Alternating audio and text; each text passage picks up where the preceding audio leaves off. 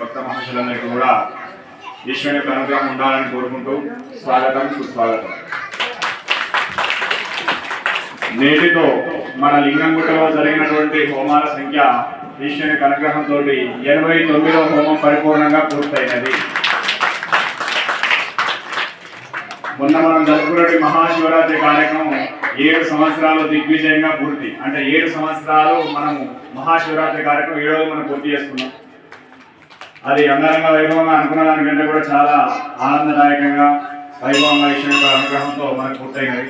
ఈ రోజు దాని క్రమంలోని మనం ప్రతి మహాశివరాత్రిలో చేసేటటువంటి హోమంలో భాగంగా ఈ రోజు మనకు 89వ హోమం ఈశ్వరుని యొక్క అనుగ్రహంతో ఆయన ఇచ్చినటువంటి సంకల్ప బలం ద్వారా మనం చేపట్టినటువంటి కార్యక్రమం పెద్దల యొక్క అనుగ్రహం, ఈశ్వరుని యొక్క అనుగ్రహం, భక్తుల యొక్క సహాయ సహకారాలతో అంగరంగ వైభవంగా దినదినం అభివృద్ధి చెందుతూ ఎలాంటి ఆటంకం కానీ ఎలాంటి అవరోధాలు కానీ లేకుండా అందరికీ ఆనందదాయకంగా పూర్తి చేసుకొని ఈ రోజుతో 89వ హోమం అనుకున్న దానికంటే వైభవంగా పూర్తయింది.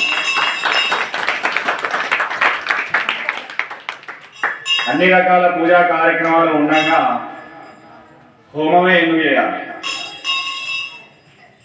అభిషేకాలు ఉన్నాయి, స్తోత్రాలు ఉన్నాయి,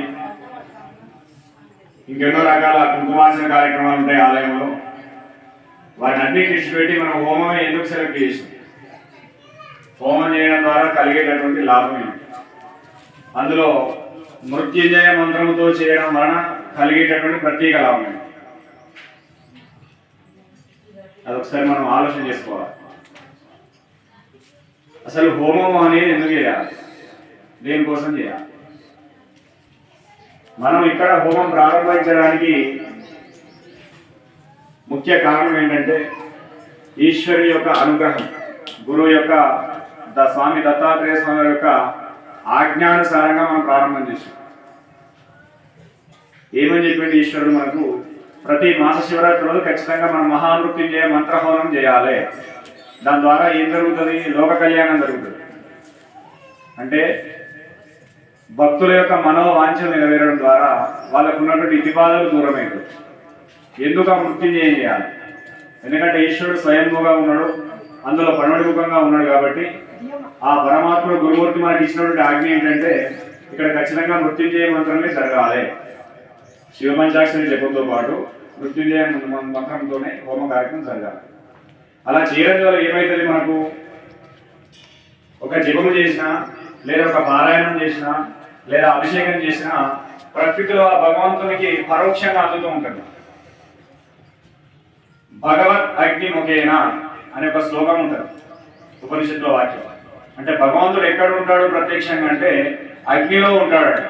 ఎక్కడ ఉంటాడు? అగ్నిలో ఉంటాడు. అంటే మనము ప్రత్యక్షంగా ఇచ్చినటువంటి అవిష్యును త్వరగా సదాగా తీసుకునే శక్తి ఎందులో ఉంటుందంటే హోమంలో ఉంటుంది. ఆ హోమం ద్వారా ఏమవుతుంది? మనం ఇచ్చినటువంటి అవిష్యం అనేది భగవంతునికి ప్రత్యక్షంగా అందుతుంది. అందడం ద్వారా మనం అభిషేకం చేస్తే వచ్చేటువంటి ఫలితం 1 రోజుకు 2 రోజులకు వస్తుండొచ్చు, లేదా 1 నెలకు వస్తుండొచ్చు, లేదా మన దుష్కర్మను అనుసరించి సంవత్సరానికి వస్తుండొచ్చు. అంటే మన కర్మానుసారంగా ఉంటుంది ఫలితం అనేది. కానీ హోమం అనేది ఎంత చెడు కర్మ కలిగినటువంటి వ్యక్తికైనా కూడా కనీసం వారికి మామూలు పూజ చేసినటువంటి వ్యక్తికి 1 సంవత్సరం తర్వాత వచ్చేటువంటి ఫలితం హోమం చేస్తే కనీసం 1 వారం లోపల 100% వస్తుంది హోమంలో. ఎందుకు అట్లా అంటే మనం ప్రత్యక్షంగా ఆ విషయం స్వీకరిస్తుంది అగ్నిముఖత వచ్చేసి భగవంతుడు. అంటే అగ్నిలో సాక్షాత్తు భగవంతుడు నివాసమై ఉంటాడు. మనం అగ్నిని ప్రతిష్ఠించినప్పుడు ఒక మంత్రం ద్వారా సాక్షాత్తు అగ్నిదేవ ఇందులో ప్రతిష్ఠితమై ఉండి ఆ పరమేశ్వరి రూపంగానే మనం ఇచ్చినట్టు ఆవిష్యం స్వీకరించి మాకు దాని ద్వారా వచ్చిన సద్ఫలితాన్ని స్వీకరించు తండ్రి అని మనం ఆయన వేడుకొని అగ్ని హోమంలో ప్రతిష్ఠ చేస్తాం. ఆ ప్రతిష్ఠ చేయడం ద్వారా ఏమవుతుంది? ఆ అగ్నిదేవుడు సాక్షాత్తు మన విన్నపాన్ని ఆ భగవంతునికి నేరుగా అందిస్తాడు. అంటే భగవంతుని అందులో ప్రతిష్ఠ చేసుకున్నప్పుడు ఏమైతుంది? ఆ భగవంతుడు సాక్షాత్తులో నిక్షిప్తంగా ఉండి మనం కోరినటువంటి కోరికలు కానీ మనం కలిగేటటువంటి ఆ యొక్క విన్నపాలు కానీ ఆ భగవంతుని ప్రత్యక్షంగా చింతిస్తుంది. ఇది మొదటి కారణం. రెండో కారణం ఏంటంటే వాతావరణ శుద్ధి అనేది ఏర్పడుతుంది. వాతావరణ శుద్ధి అనేది ఏర్పడుతుంది. ఎక్కడైతే హోమం జరుగుతుందో ఆ ప్రాంతంలో ముఖ్యంగా ఉండేటటువంటి నెగిటివ్ వైబ్రేషన్స్, అది వ్యక్తుల పైన కావచ్చు, వాతావరణంలో కానీ ఉన్నటువంటి ఏదైతే నెగిటివ్ వైబ్రేషన్స్ ఉంటాయో అంటే చెడు గాలి అంటారు. చెడు గాలి కానీ చెడు స్వభావాలు కానీ చెడుకు సంబంధించిన థింకింగ్ చేసేటువంటి వ్యక్తుల మధ్య మనం ఉన్నా కూడా, అంటే ఒక వ్యక్తి మనం ప్రయాణం చేస్తాం ఒక బస్సులో కానీ ఒక కార్లో కానీ ఒక వెహికల్ పైన, ఆ వ్యక్తికి మన పక్కనే కూర్చున్నటువంటి వ్యక్తి కనుక నిద్ర వస్తే మనకు ఆటోమేటిక్గా నిద్ర వస్తుంది. అది మీరు గమనించుంటారు చాలాసార్లు. ఎందుకు అలా జరుగుతుందంటే ప్రకృతిలో ఒక వైబ్రేషన్ అనేది ఉంటుంది. ఎవరైతే మనకు అనుసరణంగా ఉండేటటువంటి వ్యక్తులు ఉంటారో వాళ్ళలో ఉన్నటువంటి